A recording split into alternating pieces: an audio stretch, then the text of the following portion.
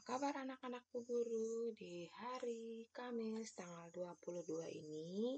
Semoga di pagi hari ini kalian masih sehat-sehat terus di rumah ya.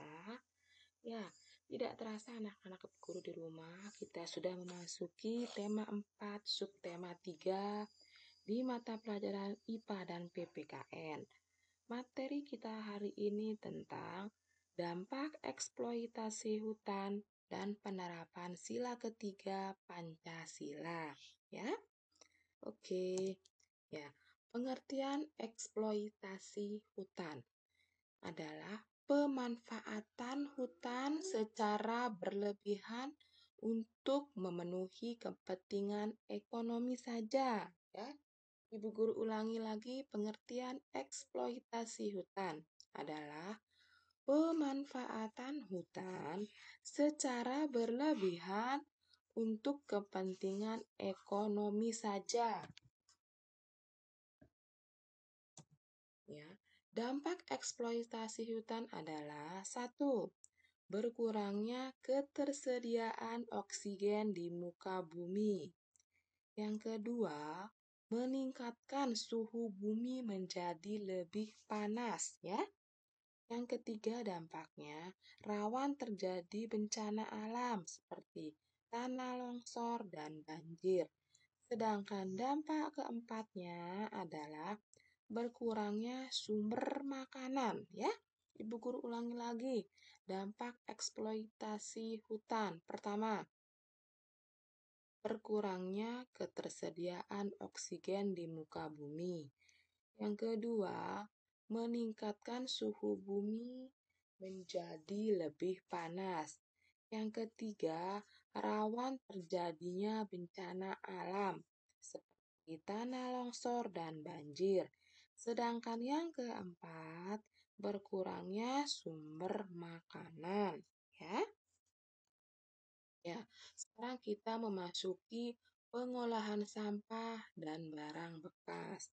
Ya, kalian bisa mengolah sampah dan barang bekas itu kembali.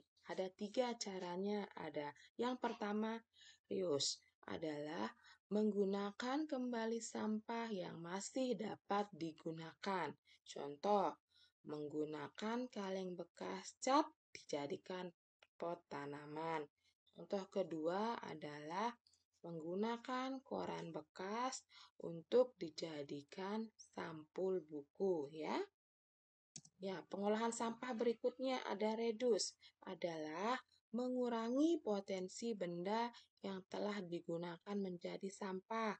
Contohnya, membawa air dalam botol minum sendiri, ya. Itu reduce.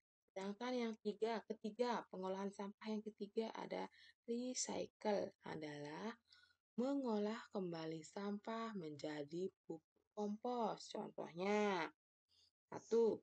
Mengolah sampah organik menjadi pupuk kompos. Contoh recycle yang kedua, membuat prakarya dari koran bekas. Ya.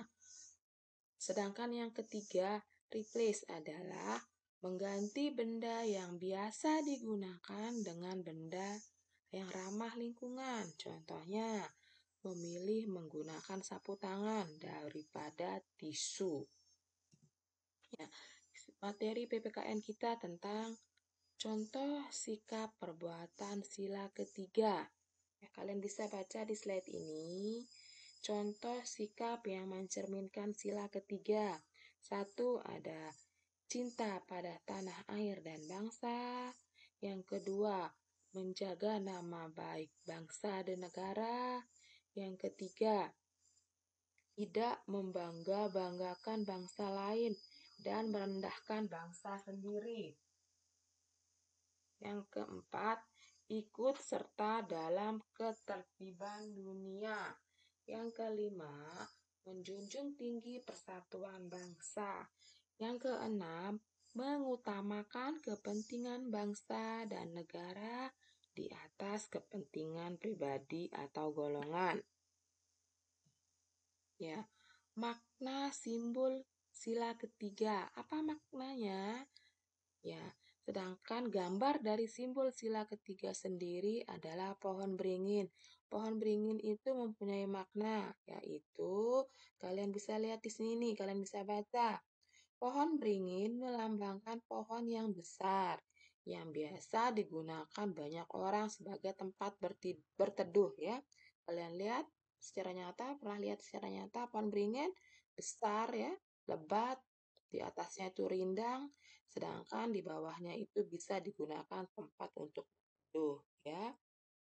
Itu maknanya. Pohon beringin juga memiliki sulur dan akar yang menjalar ke segala arah.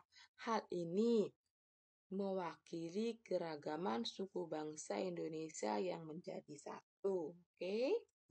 Ya. Untuk latihan hari ini, kalian kerjakan muatan PPKN dan IPA di halaman 67 nomor 1 dan 4 dan halaman 68 nomor 1 sampai 4 ya. Mohon maaf jika penjelasan Ibu Guru kurang sempurna. Semoga kalian dapat pahami, dapat mengerti. Sekian dan terima kasih. Sampai jumpa anak-anak.